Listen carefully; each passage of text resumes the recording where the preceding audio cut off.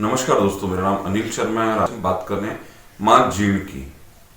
माँ जीण माता जो गोरिया से करीब 15 किलोमीटर अंदर पहाड़ियों में स्थित है, जहाँ करोड़ों श्रद्धालु आते हैं प्रति वर्ष और माँ मनोकामना भी बहुत जल्दी पूरी करती है। हम आपको माँ का इतिहास बताने की एक छोटी सी कोशिश कर रहे हैं कि माँ का पैतृक गांव कौन सा था, माँ वहां से जीण माता जो आज जहाँ मंदिर है वहाँ किस तरह आई और किस तरह माँ मनोकामना पूर्ण करती है। जीण कुंड क्या है, कहाँ माँ ने तपस्या करी, कहाँ हर्ष पर्वत है, माँ के पास जाने के बाद हर्ष के दर्शन क्यों करने चाहिए, और औरंगजेब आया तो क्या हुआ था, किस तरह भौरों वाली माता ने उसे दूर भगाया था, वहां नौबत क्यों है, काफी चीजें हैं, आप देखिए।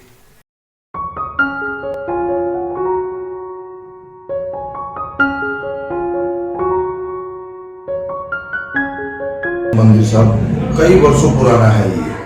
यहाँ पे हमारे पूर्वजों ने भी यही कहा है कि यहाँ कौरव पांडवों ने भी आके सेवा ही की है, तो उनसे पहले से ही ये मंदिर अधिकार से है। ये सब मंदिर माँ जी इतनी जल्दी मनोकामना पूरी करती है कि आदमी एक बार नहीं हर बार दौड़ा दौड़ा आता है। इसके चेहरे की एक विशेषता ये है कि एक बार इसकी आंखों से आंखें मिला के माँ जी से प्रार्थना कर ले तो श्रीमान जी ये मान के चलिए कि वो उड़ते बैठते इसी का गुणगान करता रहता है। यही यहाँ की खासियत है।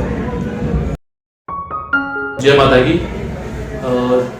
यहाँ की इतिहास ऐसा है कि हजारों साल पहले जीण भाई और हर्ष और उनके परिवार वाले घांगू गांव में रहते थे। चूरू जिले में जो घांगू गांव है वहाँ रहते थे। चलिए हम बात करते हैं घांगू की, जो माँ का पैतृक गांव है, और वहां के लोगों से बात करते हैं। ग्राम घांगू में जीण माता और हर्ष के भैरव का जन्म स्थली ग्राम घांगू ही है।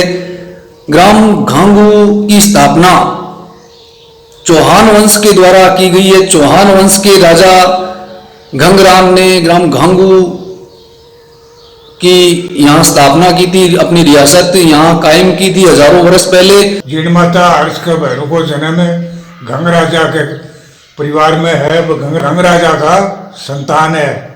आगे माता जी व रत्ना देवी रहता हूँ गोरिया चले गया। और घांगू में जीण माता मंदिर का पुजारी हूँ। माँ जीण व हर्ष की जन्मभूमि घांगू ही है। एक दिन जीण भाई साहब घड़ा लेकर तालाब की ओर गई तो जीण भाई साहब और हर्ष के बीच और उसके ननद के बीच ये बात हुई थी कि पहले घड़ा किसका उतारा जाएगा। तो ननद भाई साहब और उसकी देवरानी जिठानी उनकी थी, तो उनके आपस में मतभेद के कारण उनको पूछा गया था कि भाई मेरा घड़ा कौन उतारेगा, देखते हैं आज। तो हर्ष ने अपने वाइफ का घड़ा उतार लिया था, इसलिए जीण भाई साहब नाराज हो गई थी अपने भाई से और वह तब घर छोड़कर निकल गई थी। फिर यहाँ पर पहाड़ों के चलते गई, पहाड़ों के बीच में, तो हर्ष जीण भाई साहब दोनों आगे पीछे चलते गए। फिर हर्ष ने रोकने का बहुत प्रयास किया लेकिन जीण भाई साहब नहीं रुकी और फिर जीण भाई साहब ने तपस्या करने के लिए यहाँ पर कहा। तो यहाँ पर एकादशी कर जीण माता का मंदिर है, उस पर जीण भाई साहब ने तपस्या की थी और जस्ट पीछे उसके हर्षनाथ का मंदिर है। वहाँ पहले ये पहाड़ जुड़वा थे, वहाँ हर्षनाथ ने तपस्या की थी। तो ये दोनों आपस में एक दूसरे के पीठ देकर बैठ गए थे।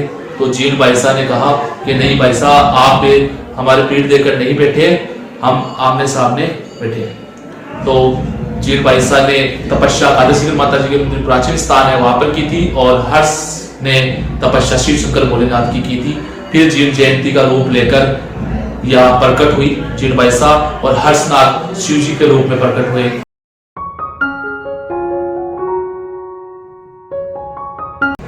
वो एक रिश्ता है भाई और बहन का। अगर भाई से मिल लिया तो बहन से मिलना कंपलसरी होता है, बस वही है एक प्रेम। तो माँ जीन से भी आशीर्वाद ले लिया तो भाई से भी ले लिया जाए, इसलिए माँ जीन के दर्शन करने के बाद में लोग भैरव जी के दर्शन करते हैं, जो ठीक अपने नजदीक ही है। हर्ष मंदिर काफी दूर है सुरेंद्र जी। नहीं, यहाँ से हर्ष मंदिर दूर है, लेकिन अपने ठीक मंदिर बाजू में है, जहाँ यहाँ से मंदिर के ठीक 100 मीटर की दूरी पे हर्षनाथ के पगले पड़े हैं। जो वहां नहीं जा सकता वो यहाँ आके धोख मार सकता है, उसकी मनोकामना पूरी होती है और उसकी धोख कबूल भी होती है। तो वहां कंपलसरी नहीं है इतनी दूर जाना। तो माता जी के ठीक 100 मीटर की दूरी पे ही मंदिर बना हुआ है हर्षनाथ भगवान का, तो वहां आके इनके धोख मार सकता है।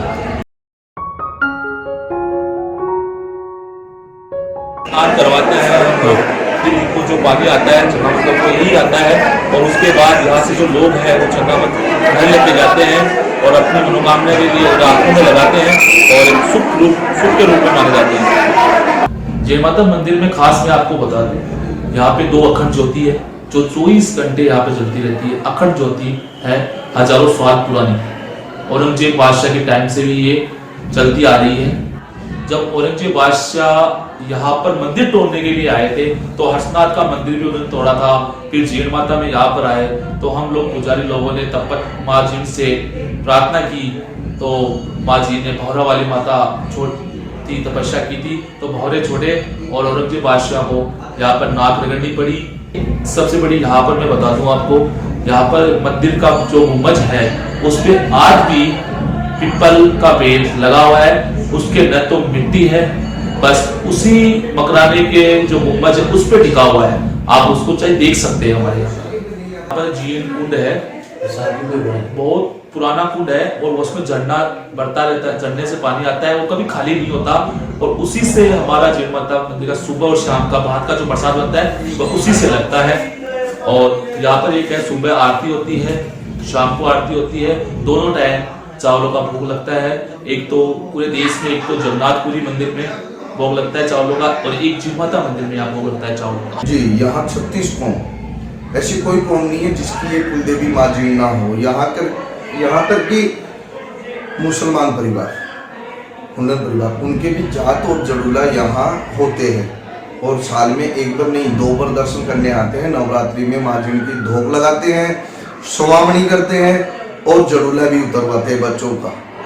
ये यहाँ पे औरंगजेब बादशाह जब आए थे ना, तब उसको सेना ने परास्त कर दिया था। यहाँ के जो भंवरे थे वो परास्त कर दिए थे, तो उसने हाथ जोड़ के नाक रगड़ के एक प्रार्थना की थी, माँ जीण मैं तेरे अखंड दीपक जलाऊंगा घी और तेल का, और एक चांदी का छत्तर चढ़ाऊंगा जो तेरे शीश पे हमेशा रहेगा। और उसने नौपत चढ़ाई थी, जो पहले महाराजाओं के टाइम पे चलती थी, बजाते थे, वो नौपत बजेगी। ये नौपत जो बज रही है, ये नौपत वही है औरंगजेब बादशाह के समय की। अब यहाँ यात्री लोग जो भी दर्शन करते हैं फिर उसके बाद में इस नौपत को बजाते हैं। और सूर्य ग्रहण हो तो पूरे वर्ल्ड में जहां जहां उसका प्रभाव रहेगा वो मंदिर बंद हो जाता है। यहाँ मंदिर बंद नहीं होता है। अगर सूर्य ग्रहण है उसी समय भोग लगेगा, उसी समय दर्शन होंगे, उसी समय आरती होगा। तो यहाँ सूर्य ग्रहण में भी यह मंदिर बंद नहीं होता है। यहाँ सूर्य ग्रहण में भी दर्शन चालू रहते हैं श्रीमान जी। ये पूरे विश्व का एकमात्र मंदिर है, काल नहीं है, आदिकाल। आदिकाल जैसे महाकाल, वो महाकाल है, ये आदिकाल है। यानी कि यहाँ तुरंत नाम महाकल्याण। आप अर्जी लगाओ और कुछ भी नहीं चाहिए श्रीमान जी, इस देवी को कुछ भी नहीं चाहिए। इसको श्रद्धा के 2 फूल चाहिए, अगर वो चढ़ा दिए तो सबसे पहले अर्जी आपकी कबूल होगी। जो श्रद्धा के 2 फूल चढ़ा दोगे ना, उसकी सबसे पहले आपकी अर्जी कबूल होगी। बस ये इतनी ही भाव की भूखी है। यहाँ कब से आ रहे हैं? 25 साल हो गए। माँ देती है। यहाँ कब से आ रहे हैं? ये हो गया मैं कम से कम आपको 20 साल। क्या माता देती है? खूब देती है। 20 साल में कुछ फर्क पड़ा? बहुत फर्क पड़ गया। कितना फर्क पड़ा? किस हिसाब से अब इस फर्क को आंकते हैं? किस तरह से इस फर्क को आंकते हैं? मतलब हमने यहाँ आना शुरू करा तब हम पहले आते थे स्लीपर कोच में, फिर मैंने रिजर्वेशन करा के AC में आ रहे। और यहाँ पर आने के लिए 4-5 रास्ते हैं। एक तो खूड़ से होते हुए और एक गोरिया से होते हुए, एक बाजोर के अंदर से रास्ता आता है जीण माता का, और रानौली पलसाना खाटू श्याम जी होकर भी रास्ता आता है, और दाता रामगढ़ भी रास्ता आता है यहाँ पर जीण धाम आने के लिए। बहुत से दूर दूर से लोग आते हैं यहाँ पर। और 5-7 दिन पहले जो गुप्त यहाँ से, अभी नवरात्रि खत्म ही हुए हैं, गुप्त नवरात्रि खत्म ही हुए हैं 2-3 दिन पहले, तो वहाँ से यूएस से, ऑस्ट्रेलिया से और बहुत से कंट्री से यहाँ पर दर्शन करने के लिए आए थे। माता जी से अरदास की थी उन्होंने, और उनकी कुल देवी भी है। और यहाँ पर सबसे बड़ी मैं आपको बता दूं एक खासियत, और यहाँ पे मोमडन भी, यहाँ पर उनकी भी कुल देवी है कुछ लोगों की, मोमडन भी यहाँ पर थूकने के लिए आते हैं।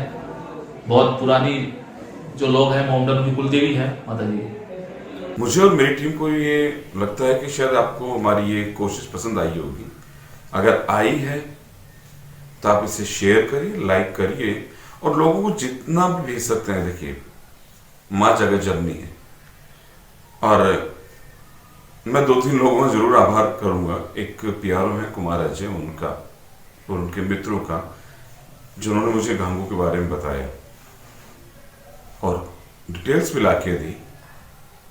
और हमारे जो पत्रकार मित्र हैं, पवन पारा सर जो जीण माता के हैं उनका, और जो भी गुरुजन हैं सुरेंद्र जी वगैरह, उनका सबका आभार। नमस्कार।